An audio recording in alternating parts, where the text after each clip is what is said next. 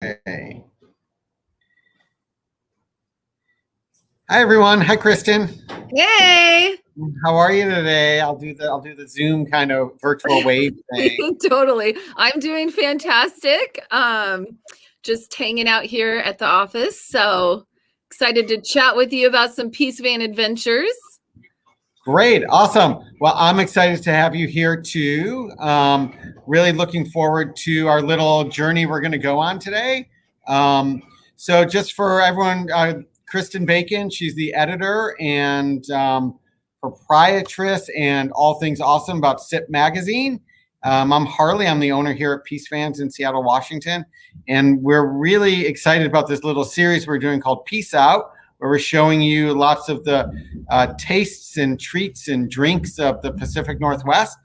Today, Kristin is going to take us to her favorite destination in Washington for beverages, the Columbia River Gorge. But before we start off, Kristin, why don't you just tell me in your words a bit about Sip Magazine and the wonders that is, because we have the publication here from time to time, and I love it. Like, it's just a beautiful magazine. Thank you. It's definitely a labor of love.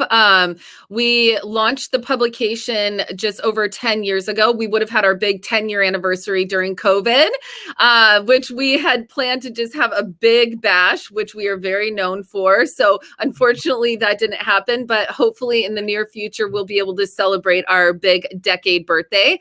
11 years. Yeah.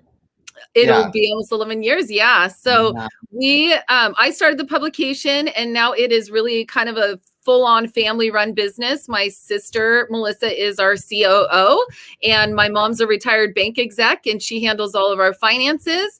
And so we're just a fun little team that loves all the imbibing around the Northwest. So great. And for those of you that don't know, Peace Fans, we're a leading VW restoration and rental shop here in Seattle. Kristin actually took one of our vans on a journey to the Columbia River Gorge. Is that right? That's absolutely right. This was actually for my birthday in September, which things were starting to kind of relax a little bit as far as restrictions. And so we were like, let's do it. That was also when there was like torrential downpour. Right. I remember that week. Yeah. For like the whole time we were basically gone. But I remember we got our Peace Vans ready to go. And you guys always take a picture of your group before you head out. And we were just like, it was just like, I've never seen rain like that. So yeah, because you guys were three or four adults in the van, right? We had 4 adults. Yeah. Which is so unusual for us. And I remember thinking like, wow, I hope you're all really good friends.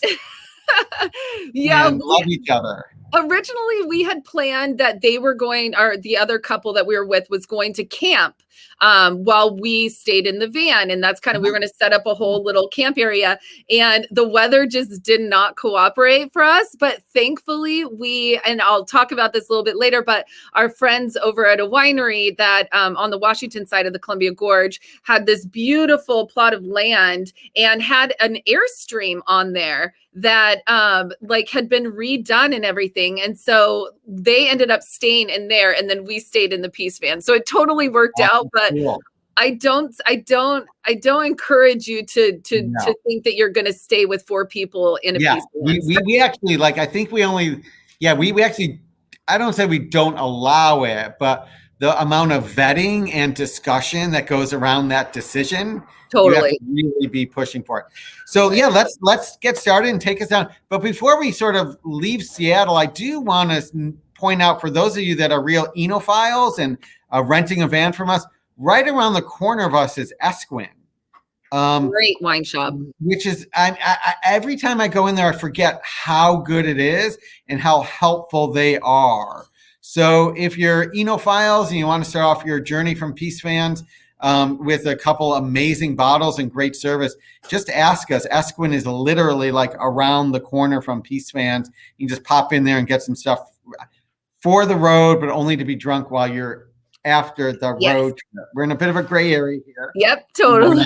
We're not asking anyone to drink while you journey on your road trip. It's only at your destination. So yeah, Kristin, take us to the Columbia River Gorge. Tell us your favorite spots there and all about it. Yeah. So, I have been traveling. I've been really doing beverage destination traveling for 10 years now. And I've gotten to cruise around all across the Northwest up to BC and everything. And I think that I chose this spot because it's truly like a beverage lover's paradise. And that means you're going to keep everybody happy if they are beer drinkers or wine drinkers or cider drinkers, or just foodies in general. There's something for everyone in the Columbia Gorge. And so when you said Washington, it's really cool because you can be in Washington and Oregon the same day within like 10 minutes, because basically the river separates the two, and there's a couple bridges that go between the Washington and Oregon side. So that's also the super fun thing about this area, is that there are so many things to do there. I mean, if you could go skiing or snowboarding during the day and like windsurf in the afternoon and play golf or go do all of these things. It's kind of like an adventure lover's paradise. So we actually we kind of planned it out when we went to the Columbia Gorge, that we were going to have a day of breweries, and then we were going to have a day of wineries. And so in Hood River, which is really kind of the main city right there in the Columbia Gorge, they are very well known for their brewery scene. And so you can go, we always start out at Double Mountain Brewery. They have the best pizza in all of Hood River. It's absolutely insane. So what makes it so good? Like pizza, like you can like, it can be the crust, it can be the toppings, it can be kind of the, the style. What makes their pizza, your favorite? It's really everything. It's just such quality ingredients. And honestly, it's like, it's not thin crust and it's not thick crust. It's just like perfect crust. I don't know. I mean, I'm not even sure anybody could just really put their finger on what makes this pizza so good. It could be that we're pairing it with beer. That also helps too. But no, it's just, it's wonderful. The people there are so great. It's just a really great spot to hang. And the thing is that a lot of these, even if you don't, obviously you got to have a designated driver. And that was the bonus part of having multiple people in our van. So, but it's also great to just, grab a growler to go from any of these places. You can even take pick up the pizza and go back to your campsite, or, wherever you are. But just downtown alone, there's Freem Family Brewers, which is one of my favorites and one of the originals. And can you spell that, because it's confusing for me? Yeah, absolutely. Yeah. It is PF as in Frank, RIEM, Freem Family Brewers. And before we when we chatted a little bit before this, just for the viewing audience, I had I don't want to say near religious experience. I had one of my best beer experiences with their Mexican lager. Like it really, I was like, do I really want to order like an artisanal, Mexican lager? Because I'm a huge Pacifico fan or Sol fan. And I decided to bite the bullet and, pay the premium. And I drank that beer and I was like, it was such an elevated, it's like taking a very common ingredient or, and just really elevating it. And I was just blown away by that specific beer. But tell us more about the other beers they have. Oh gosh, I mean, they're so well known for their IPAs and their barrel aging program. I mean, there's something for every beer drinker there, which is awesome. They're also really family friendly too. So the owners have kids, and so when you go in there, there's like a little play area set up, so you can just kind of throw your kids in the area and enjoy yourself and have some beer and some bites. The one good thing with Oregon too, that you don't see as much in Washington, is that most breweries have food. So they are also a full service restaurant, which is really nice. But yeah, Freem also sits right next to Ferment Brewing Company, which is fairly new, but a big, huge new operation over there that also does really incredible beers. It was actually a previous brewer at Freem that's left to start his own, which is literally a block from Freem. Wow. Yeah, it's And kind of that's on the Oregon side, you said? That's on the Oregon side. Yep. All this Nice. is right on the Oregon side. There's also like up, if you kind of take a route, there's like this back road that goes up towards Mount Hood, and you can drop, I mean, you can stop at like so many places. Like there's like amazing fruit stands called the Gorge White House, where like amazing fruit, but they also have hard cider on draft there and a really cool food truck. And if you keep just making your way up, you'll find Solera Brewing, which is like off the beaten path right at the base of the mountain. It's like, it's dreamy. Like, I don't think I've seen another brewery with the landscape that you're sitting outside and just this majestic mountain is like in your face. It's so wonderful. Oh, wow. Uh-huh.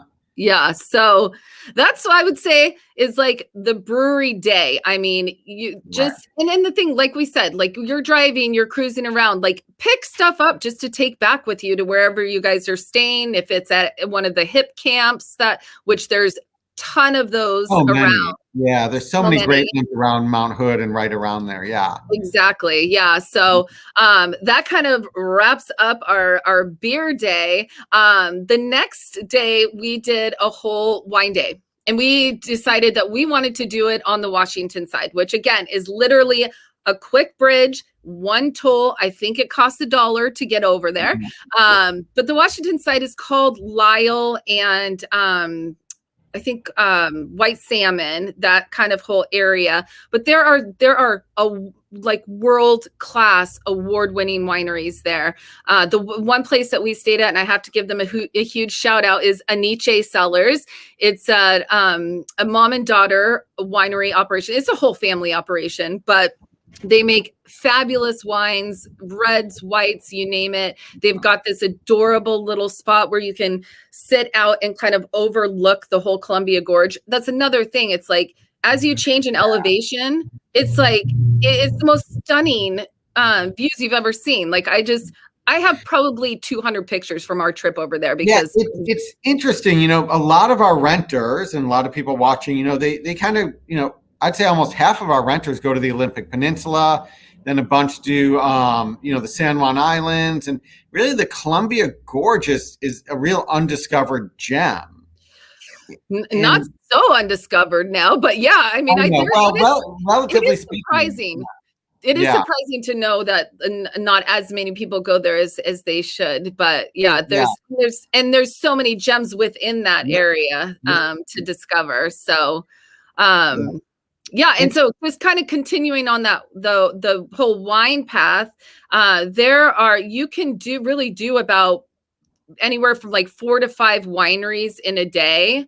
And I believe that we're going to be dropping in after this kind of the list of suggestions, just because I'm guessing that most people aren't fully taking notes right now. Yeah, we'll have a full recap with notes and transcribed and all these links to all these awesome places. Awesome. Well, a couple just really great experiences that we had. Again, that was Aniche, and then we had Orcas Cellars, which is a super cool, very like boho chic winery, and they put together a really cool tasting for you. And this was during the pandemic that we were there, and we felt safe. Like they respect the 6-foot rule. Everybody, you know, had their own little spots. You can rent a little yurt for tasting there, and it comes with a little blanket and your whole tasting flight and everything, which is just it's a really awesome experience. So it's great.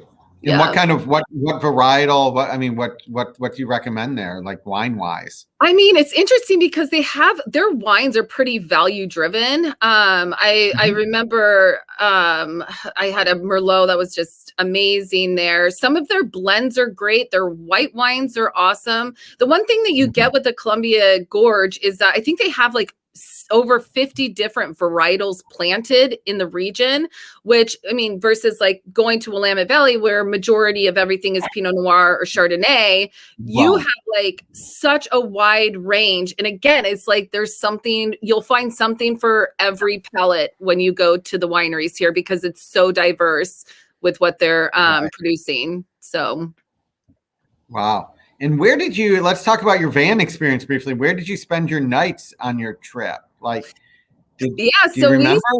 we stayed at this winery, Aniche Winery. I thought so. How was that? It was fantastic. I mean, honestly, it was just like absolutely crazy weather. Like they had Yeah. huge like carnival tent that was up that they were going to start using for tastings. And we left one day and there was some water like billowing like in the tent. And I was like, we should get that water out because that looks like it's gonna like crash. And Yeah. so we left for a few hours and came back and we're looking up at the hill where the winery is, and the whole tent has imploded on itself. Oh, no. All the like there was these huge metal rods that were holding it up that are all bent. So it was wild, but we stayed dry in the Peace Vans. We put our little the awning out. We hung out there even when it was raining. And then our friends just retreated to this wonderful Airstream at the end of the night so that we weren't all stuck together. So we made it work. I mean, and that's why I'm like so excited to get back out there and do this during the spring or summer when weather is better, because I mean, we literally got the worst weather possible, and it just made for a really fun adventure, to be honest. Yeah. Where did you stay the other night? Because you were gone 2 nights, is that right?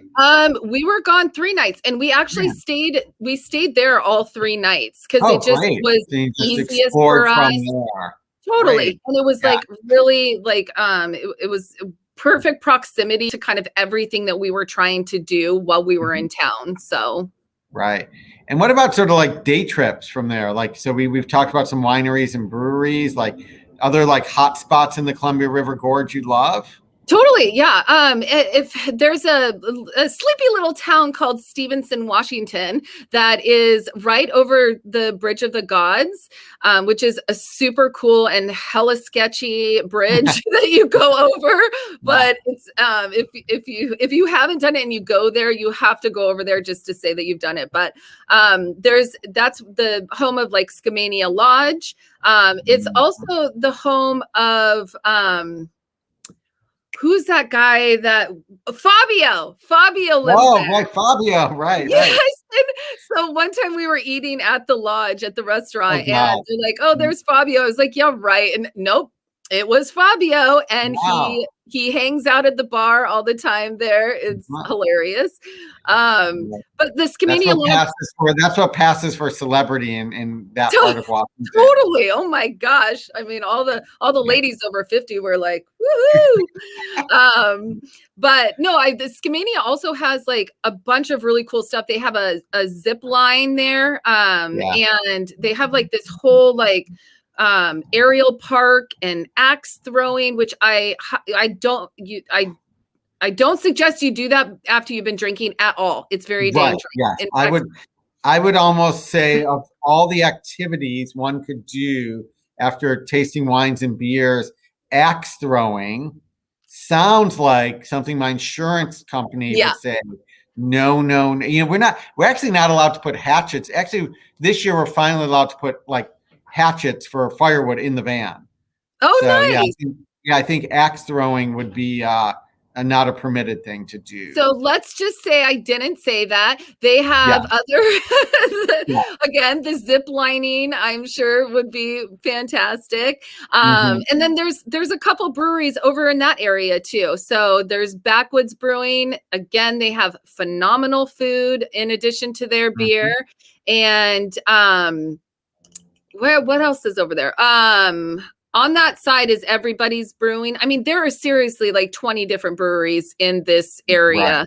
Thunder Island. I feel like we should work on like a really dedicated itinerary.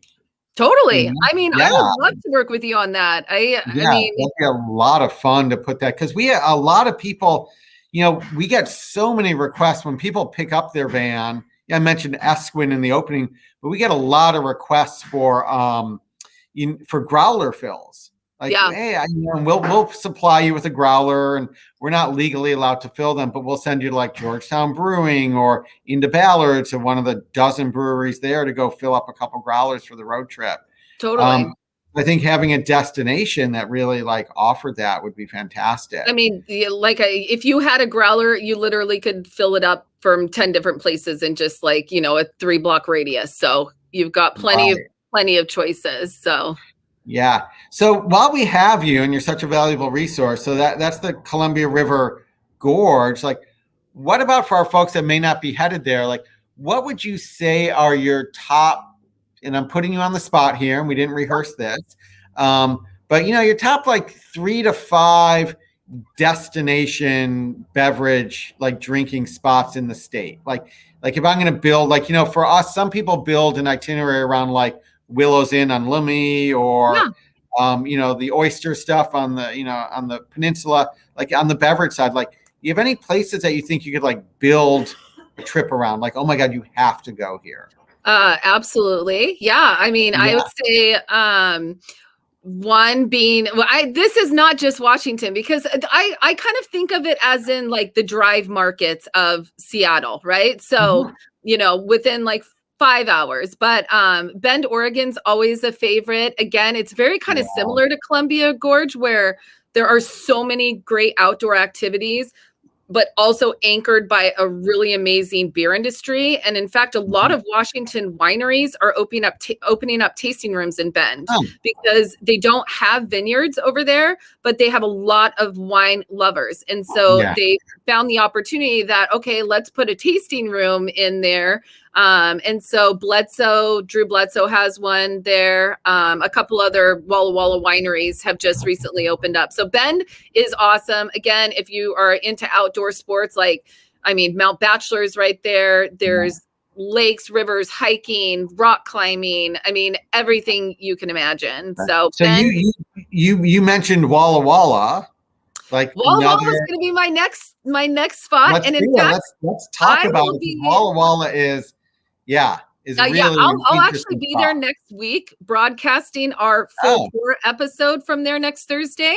Have you ever stayed at the Lark there? Is that the name of the hotel down to the Lark or the Finch? The Finch. That's where I'm staying. Are you? Okay. Take it offline, but I'm really good friends with the people that own it, and they're lovely people. Yeah, I'm super excited. I'm going to be staying there. Walla Walla is so awesome. It's such a great, it's a small town, and you really get that. People are so kind. There's so much again to do. I mean, that really is a beverage destination because there's not as much outdoor activities. It's more about imbibing and eating. We've had people spend 2 or 3 nights there and just bring their bikes or walk from destination to destination. And downtown, I mean, that main street right there, I think there's about 40 different tasting rooms and a lot of just really incredible food. You could just spend a whole day just hanging out downtown Walla Walla and checking things out. So, and again, it's like, it's such a small town feel. So most of the time when you go into these wineries, the owner or winemaker is there, it creates kind of a different, experience for you. I mean, I've traveled to Napa and Sonoma, and it's so generic. When you walk in, you're like, they have they're giving you the same spiel that they're giving the people right next to you, no matter what your knowledge, so it's just not like that. I'm super excited. This is going to be my first time back to Walla Walla since the pandemic. And I'm used to going at least once a month. So, so Walla Walla, yes, I highly suggest it. And then sort of number 3, is there somewhere else you think is a real hot spot or undiscovered spot in Washington State? Undiscovered spot. Hot spot, a spot you love. Undiscovered spot. I didn't think about this before I got here. I don't want you to give up your best, I would say probably Chelan. Chelan has grown up a lot in the past several years and has really become kind of just stepped up their hospitality and grown out of their awkward teen years, I feel like.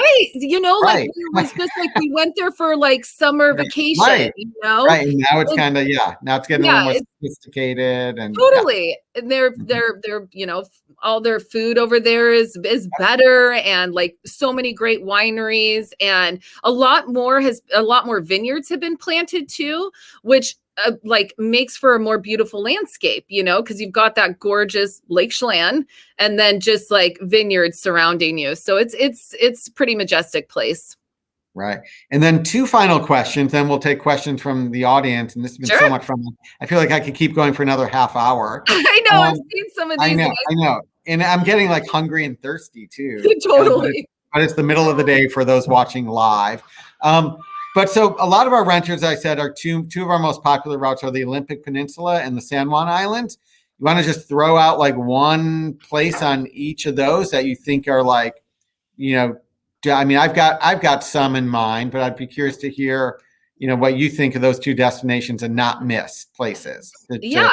In fact, I have a trip planned on April 10th, and we are going to Orcas Island. And Orcas is one of my favorites, but we are going to take a day trip over to Friday Harbor because I also love Friday Harbor. But Orcas has, first of all, they have the Rosario Resort, which I've never had a better massage in my whole entire life than I did there. So I will be booking that again. Their downtown is so charming and also like has a great wine shop. The Dobe Wine Company is really, I mean, they're really sweet people and are, really great selection. Cole is a good friend. In fact, I'm going to be picking up beers from Seattle to bring to his shop when we go over there. So, So Orcas is great, and they've got a great cocktail bar there, and Island Hopping Brewery or something like that, which has some great beers. So. Yeah. And then you said the Olympic Peninsula. Yeah, on the peninsula, like one spot. You think is probably Port Townsend, I would say. We also publish another magazine called Cidercraft, which is the only cider publication in the world. Hyper niche. Yeah, very. And Port Townsend is like, they've got so many incredible cideries over there. Again, just like that's totally another great beverage destination, and it's beautiful. We send people to Finn River a lot. Finn River is just for our families. It's just a fantastic stop on that itinerary. Absolutely. They're doing so many great things. I mean, they just are like solid gold humans. Just how they support the community and it's really, I mean, it's lovely people. We recommend that. Oh yeah, absolutely. So as everyone who's been listening know, I mean, Washington State and that sliver of Oregon just across the Columbia River Gorge. Don't want to leave our friends in the 503 out, or the 50. I can't remember. Oh gosh, what is it? 530. I know. Yeah. So, but we don't leave them out. But I mean, there's amazing like just beverages throughout the state. I think if you're watching from out of town, which a lot of our renters fly in, and you're wondering, am I going to get world-class wine and beer? I think the answer is, 120%. Right. I mean, look at all of it in the back of my office. I know. See, I know. I love that. Unfortunately, I don't actually have some hand sanitizer from a local 2-bar. Oh, nice. Distillery. They're really close by, and we offer our renters a 20% discount on anything they swing by and pick up there on their way out of town too. Awesome. What a great partnership. Yeah, they're great. Nate and team are great. I guess we got a few minutes left, got about 2 or 3 minutes left for questions. Are there any questions? If you picked up a growler in Seattle, how long would it last on the road? And any favorite breweries near us? So if you don't open it at least 2 weeks, sometimes it'll last up to a month. But as soon as you open it, I would say like drinking it within the next 2 days, just to have optimal freshness. But we offer Hydro Flask brand growlers. Yeah, those are the best out of Bend, Oregon. Yep, exactly right, out of Bend. They are my favorite. Yep, there we go. Local breweries near us, the closest is Georgetown Brewing. It's literally like on the way out of town, and just some classic beers at Georgetown. I mean, amazing. I'm going to say it wrong, but the Bodhisattva. I Yeah. mean, yeah, I mean, That, that's, yeah. that Yeah. won a couple years ago at the Great American Beer Festival, the #1 IPA in the country. Are you So serious? I had no idea. it is legit one of my favorite beers.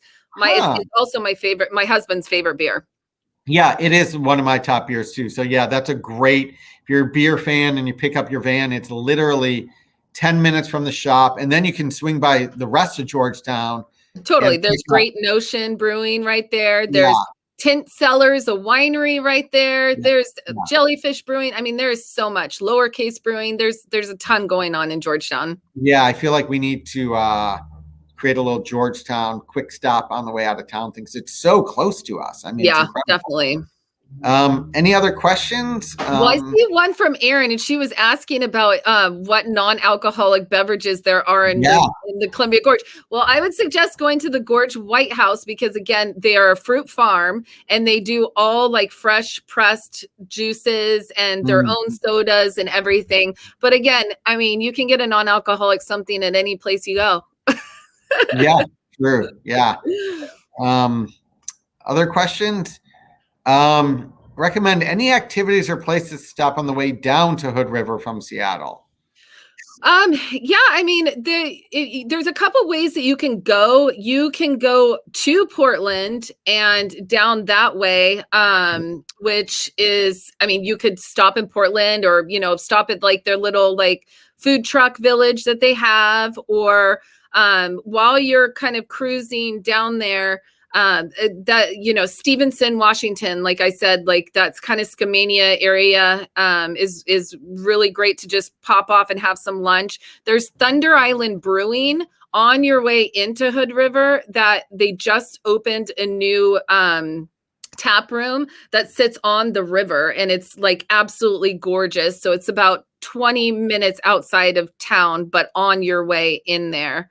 It just depends on what you're looking to do. Yeah. I mean, if you're looking to stop off and like throw in a, kite surfing or something, you absolutely can do that. Just depends on what you're seeking, I guess. Yeah, if you're listening to this and you're headed down on that itinerary, just reach out to us and we can help you build that perfect first day out of town. Yeah, absolutely. Yeah. Other questions? Any other ideas for camping in that area? I think you hit upon a great one, Kristin, which is, just Mount Hood. Yeah, absolutely. I mean, there's so much there. And, in our vans, we often get asked, can I boondock in your vans, which means like stay in like an undesignated or unimproved campground. And if you're comfortable with that and you listen to our guidance and you follow best practices, there's some really great spots, national forest campsites, in the Mount Hood area that I highly recommend, especially in those long summer nights. So you may not be getting to your campsite till 5 or 6, but there's still many hours of light left. And in fact, we had planned to do that, like to find a really cool spot, like off, the National Forestry roads. But weather just did not permit because we were not having a fire. We weren't getting outside of that van. So it didn't work out. But for spring and summer, absolutely. It's just magical forest land everywhere around there. You can find a spot essentially anywhere. And we didn't have a plan, honestly. When we first left, we were like, that's what we were going to do. We were just going to find a spot. And we just kind of, you can be nimble as you want in a Peace Vans because you're on wheels. Yeah. So that's the coolest thing about it. Yeah, it is really, I'm biased, but it is an incredible vacation option. Yeah. Great. Well, I think we're out of time. Kristin from Sip Magazine, this has been so much fun. Thank you for having me. I had a great time. We're so passionate about the food and beverages in our state and available to our renters. And with so many people coming from out of town and out of this country, well, maybe not so much this year in 2021, but it's just such a privilege and gift to offer this exposure and perspective that it really is a world-class food and beverage destination. Definitely. And if Yeah. I might just promo, our spring issue of SIP just dropped yesterday. So for everybody that's out there, we are going to put in the link to the digital version for you to view. So our treat to you guys to kind of explore the whole Northwest beverage scene even deeper. So we'll drop those drop that in the comments for everybody that's on. So. Yeah, and for our renters, we'll make sure, if you're actually an active renter, we'll make sure to include a link to SIP Magazine in your upcoming emails. So, Kristin, have a great day. I hope you enjoy the rest of your day. And I'm excited to continue to work with you to surface these wonderful beverage destinations for people that are, rent with us or interested in learning about our perspective. I love it. Well, I appreciate you having me, and thank you, everybody. Yeah, thanks, everyone. Have a great afternoon, everyone. Bye-bye.